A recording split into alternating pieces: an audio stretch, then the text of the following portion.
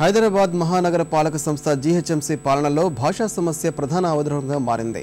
భిన్న భాషలకు చెందిన కార్పొరేటర్లు సమావేశాల్లో మాట్లాడడానికి ఇబ్బందులు పడుతున్నారు. పరిస్థితి గమనించిన అధికారులు కోటి రూపాయలతో అనువాద హెడ్ఫోన్స్ ఏర్పాటు చేసి సభ్యుల వ్యతలను అధిగమించే పనిలో నిమగ్నమయ్యారు. విభిన్న సంస్కృతుల ప్రజలు నివసించే గ్రేటర్ హైదరాబాద్ లో తెలుగు, ఉర్దూ, హిందీతో పాటు ఇతర భాషలు మాట్లాడే వారి సంఖ్య ఎక్కువే. అయితే నగరంలోని వేర్వేరు ప్రాంతాలకు ప్రాతినిధ్యం వహించే కార్పొరేటర్లకు బహుభాషల్లో ప్రావీణ్యం లేక కౌన్సిల్ సమావేశాలలో ఇబ్బందులు పడుతున్నారు.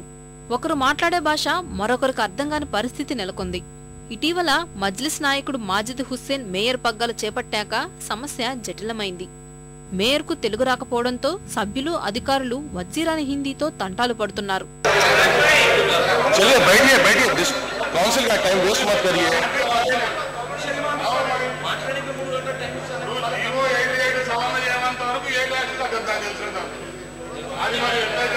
ఏ భాషలో మాట్లాడాలో తెలియక భావ వ్యక్తీకరణకు ఇబ్బంది పడుతున్న కౌన్సిల్ సభ్యుల భాషా సమస్యను అధికారులు మేయర్ దృష్టికి తీసుకొచ్చారు. స్పందించిన మేయర్ శాసనసభలు, పార్లమెంట్ల తరహాలో అనువాద హెడ్ ఫోన్లను ఏర్పాటు చేయాలని సూచించారు.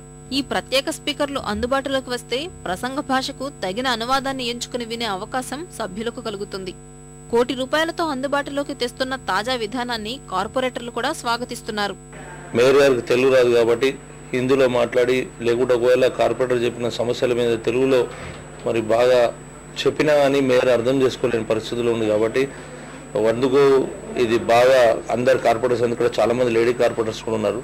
కొంతమంది హిందీ కూడా రాదు కాబట్టి ఒకవేళ ఇది ఉంటే ట్రాన్స్లేటర్ దాని మాదిరిగా ఇమీడియట్గా అందరికీ అర్థమై అనువాద హెడ్ ఫోన్లతోనైనా భాషా సమస్య తీరుతుందో, కొత్త కష్టాలు ఉత్పన్నమవుతాయో వేచి చూడాల్సిందే. ఈ సౌకర్యం అందుబాటులోకి వస్తే దేశంలోనే అనువాద హెడ్ ఫోన్లు వినియోగిస్తున్న తొలి కార్పొరేషన్ గా జీహెచ్ఎంసీకి అరుదైన ఘనత దక్కుతుంది.